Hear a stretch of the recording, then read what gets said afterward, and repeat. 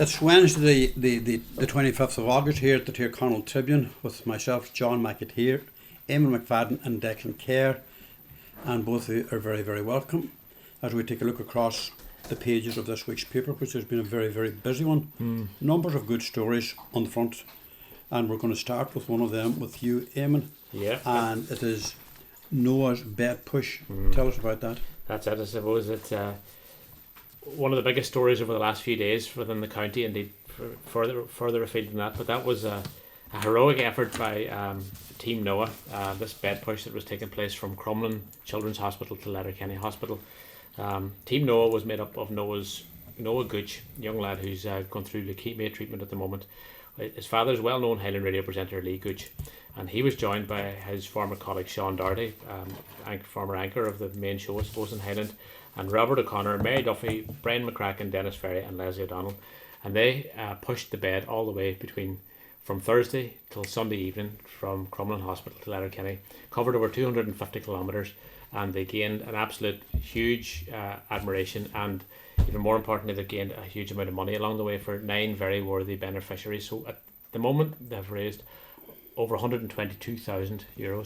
Which is phenomenal amount of money. It's absolutely phenomenal. Of course, Lee Gooch has put a huge amount of legwork into this over recent months. You know, we all know the difficulties that Noah has faced, and that the family have faced in Crumlin Hospital and all that kind of thing. So this was a very, very big initiative to take on.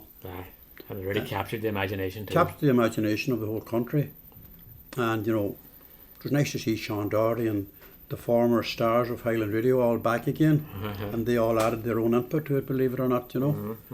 I got the impression just from listening to Sean on the various occasions throughout the weekend, giving updates. You got the feeling, Sean, you have really not gone away. You see him back in the hot seat? I wouldn't like to be I just wouldn't want to be put in the hot seat on that one. But well, watch this space, maybe. He still has it, you know. He certainly does. He's got that gift and he's got that talent. He's got that appeal. But I mean, nothing can take away from the whole story of Noah and how he has bonded people. Yeah, and, he is. You know, I spoke to Lee actually this morning. He was just overwhelmed by the whole thing. You know, him and his family. As you say, he feels that maybe we Noah has bonded everybody in that, and he says that anybody that if you contributed €1 up to whatever else, people were putting hundreds and thousands and at different times. He says everybody that played a part is part of Team Noah. So it's a great thing, and obviously young Noah now has his treatment ongoing, so you need to wish the family the very, very best now.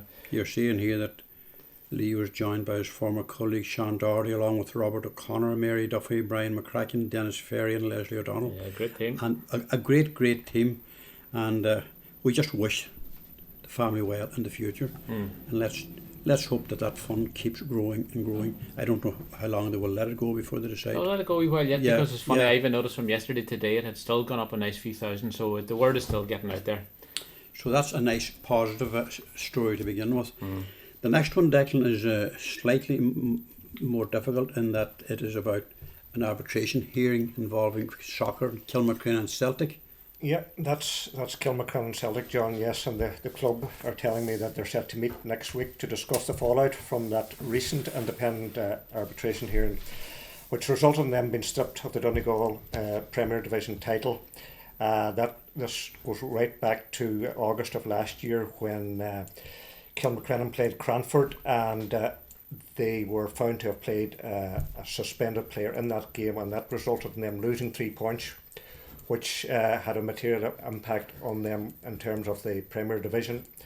Of not winning the Premier Division, then it was going to Capri Rovers, but they subsequently appealed that then to the Ulster Football Association, who found in Kilmacrenan's favour, and then it was appealed then by Capri Rovers to the FAI, who found in favour of Capri, and Capri after that then it went to independent arbitration, and they found the senior council there found in favour of Capri in terms of the points that were at issue there. So Kilmacrenan, while it doesn't appear that there's any further avenues, they are set to meet next week in relation to the matter, and they're also hoping to have a meeting with the Donegal Junior League and the Ulster Football Association in relation to the matter. But It's an Are they unfortunate not? saga. Are they not in a position to appeal it again, or where do they go with it now? Well, it would have to go into the courts now. That's the only other avenue now, as I understand it. So I suppose they'll meet next week and discuss that and see where they go with that. And as I say, they are also seeking an urgent meeting with the two leagues that were involved in the disciplinary process locally as well. Yeah. It's just unfortunate that these things happen, particularly when you lose a league title. Yeah. For any club, regardless, just losing that league title, probably in circumstances that are quite difficult. That there was a red card given. Yeah, there was a red card given in the game, and as I say, the Donegal League had to act on that, and they docked the 3 points from Kilmacrennan on that, and then it went to the Ulster Association, and they found in favour. So it was a saga that went on from the 9th of August last year until last week. Wow. So it's a full year. Wow. Unfortunate that that like sport it's never easy. This arbitration it's a difficult process.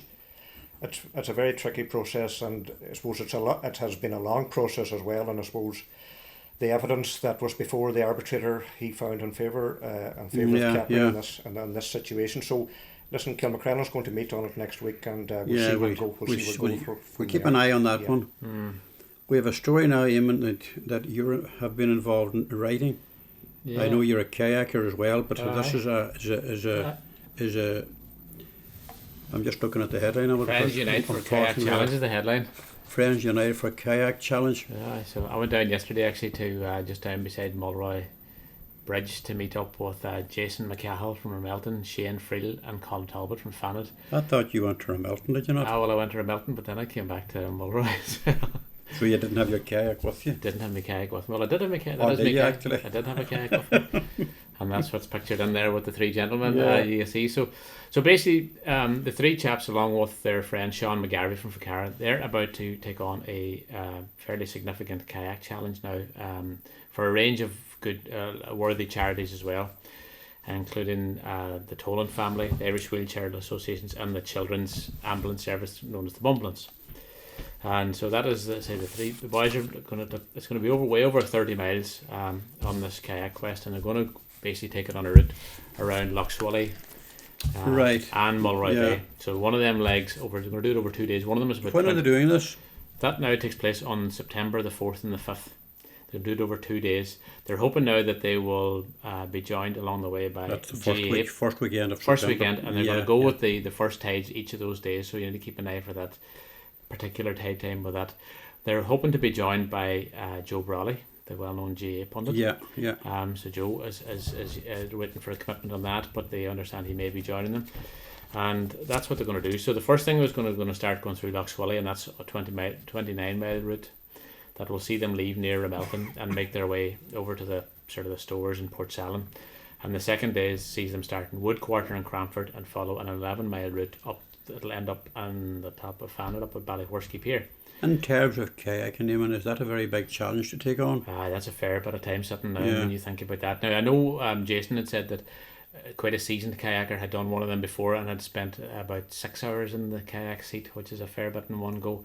They're anticipating that it might be a bit longer for them, maybe upwards of 8 hours or more. But they'll be hoping for good conditions, a bit like what we have at the moment. And yesterday when we were down in Mulroy, that was just perfect. Can you just imagine these days doing that? Oh, you'd be gliding along, hopefully, and nicely. But September, it'll be different going across some of those. Who knows? Yeah, up around Ballyhorsky now, you could be facing different. They'll be certainly facing different conditions over the weekend now, because they'll be going from the inland to kind of more exposed to open ocean and all that type of thing. So that's what they're doing. So there is a GoFundMe page set up called Kayaking for Kids. They're planning to have a raffle, tickets and all this along the way, collections and all that. So it's a worthy cause. They're hoping all that money will stay locally as well, and they're even inviting people to come along and join them if they want for any section of it too, to kind of give them a bit of moral support. We're going to return now to the front page, and no confidence motion stands. Remember last week we did the piece about Ian McGarvey putting down a no confidence motion in the Council's Planning Department after an ongoing battle with them for a number of years, a sort of conflict between him and them. But I think there's been a different development in that this week, although we understand that Councillor McGarvey has declined a meeting with council officials to discuss withdrawing his motion. I understand that he has told them that he's within his rights as an elected member to put down these motions, but it is within the gift of the administrators to defend it. He's not going to publicly comment on this, quite obviously, but I do understand that he was encouraged to withdraw the motion, but that seems to have run aground fairly sharply, because he has no intentions of listening to them, given that during his 17 years on the council, that's a long time, that he states there that none of them has considered it worthwhile ever to phone him, despite the many scraps that he's been into in relation to all the planning issues. And, you know, that's potentially it's a very, very tricky situation in that the council do not want to be portrayed in a bad light. I can understand that. But Ian McGarvey will argue that this is not about individual members or individual issues. It's about a number of issues, maybe 10, 12, Declan, or more, that have grown over the years. And he feels that he's really, as he says there, he when he writes the motion, he could also write the answer before he goes to Lifford. And he says it's his duty as an elected member of a local authority to write these motions because they affect those who elected him in the first instance. Well within his rights. And he just feels that he's not getting a fair crack of the whip in Lifford. So I suppose councillors will have to look at that and see, right, where do we go with this here? Does McGarvey have a strong case to make? Does he have any case to make? You know, or indeed, as many of them might say, you know, we're not listening enough to the members. I haven't met a councillor yet that feels that at some point they've got the wrong end of the wedge in council decisions. Now these are personal matters, but like Ian McGarvey stresses all the time that there's no issue against any individual in the way of corruption or any of such allegation. These are just matters of protocol, basically. But we're going to have to see where that goes, and rumble on. He just has become increasingly frustrated with, you know, over the last. Oh, you're there, Declan. You're seeing it, and like we're hearing it from other councillors as well. So I suppose there's a number of issues that he has raised a number of times, and he hasn't got any response of anything satisfactory to him, and I think that has led to where we're at now. It has led to this impasse that probably should be best thrashed out within the council chamber. Let each case put his own best foot forward on this one, and I don't see that it's going to be resolved outside of a discussion of some kind. It's not going to happen privately. I can see that there, and Ian McGarvey is just absolutely and totally frustrated with the way he's been treated. Not from a personal point of view, because as he says, it's the people that he's representing. It's about the issues. It's about the issues, and he's had absolutely no success on any of them. And he feels that due process has not been addressed in his case. But I think we'll have more on that. But we're going to move on, Declan. We're going back to you and this story about Micah deadline for legal action, and this is Paddy Diver. Yeah, Paddy Diver, who's a leading campaigner in the Micah action and looking for the 100 redress scheme. He's telling us this week that unless there's that 100 redress is formally announced by the Minister at the end of September, they will definitely be pursuing legal routes, and they have already set in train, had meetings with a barrister, and they will be considering their options at the end of September if this matter in relation to the 100% redress is not resolved at that stage. Michael McBride flagged that up on the Tribune about 5 weeks ago. It was a huge level of support. It was the first time that somebody had the courage to come out and say that they didn't believe that the government was going to deliver 100% redress. Genuinely, most people don't believe that, because nothing from the government is there by way of action or deed or setting up committees to suggest that they have any intentions of doing that. First of all, it's not costed. It's only since that big campaign back last June that you got a kind of a footprint of how huge the problem is in Donegal. With every passing week, it's either neighbours, friends or family or somebody else that will call you at work or whatever that they've got a report on mica in their homes.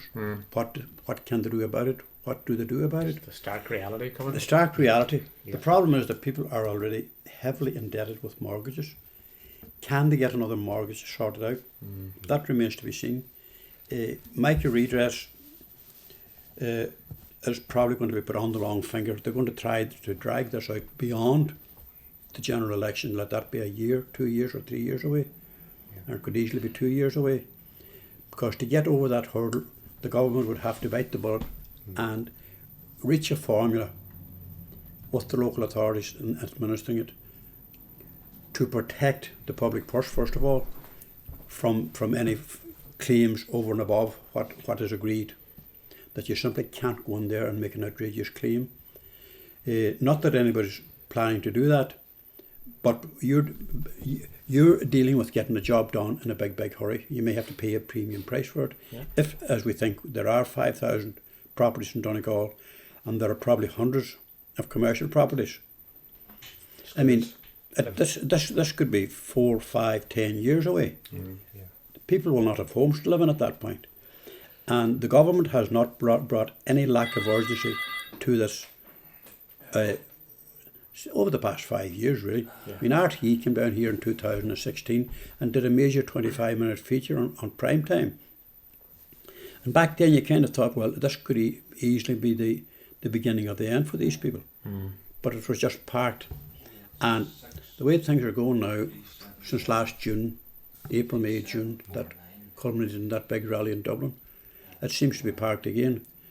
And that a majority of the committee on the Redress Ministers Group in Dublin, the majority of them have resigned. The Mayo group are all gone. I think there's 3 of the Donegal group left. Paddy Divers he's not there anymore. No. But he's speaking now with a very strong voice. And just back at May, and the Tribune, John, if you remember, Councillor Frank McBurty flagged that the only way really to tackle this process was through the legal route. Yeah. And I think that's looks like it's bearing out now with what is happening in the last few weeks and what Paddy Diver and his team are working on at the moment. I would fully concur with that up to a point. And Frank McBurty is right. But what if the government, that somebody takes a test case and wins it? Will everybody else then be forced to go down the same route? Now, a test case might be fairly convenient, that you might get it through within a year, 18 months. But if you're going to get thousands of test cases, if you can't get it built in that the case is taken on behalf of the people. Want to set a legal precedent, Just, though, you know what I mean? That's why a test case would be so more useful. We're a long way from any solutions in the Mica redress scheme. At least public information, public awareness and activity with people like Paddy Diver. People are now much more aware of it, and they're not going to just first of all, they can't afford to let this one go, because their homes, their livelihoods and their futures are at stake here, so they have to give it their very best shot. And you push it out now. We expect a report of some kind by the end of September. It might not tell us an awful lot, but once you go in there into October, you're heading in towards winter. To mobilise a large-scale gathering again back in Dublin this side of the winter might prove a bit difficult. You'd be looking towards Halloween. Could you replicate that first demonstration all over again, or could you not? Time will tell. We'll just see. But time has run out on us for today. Thanks for listening, and we'll talk to you next week.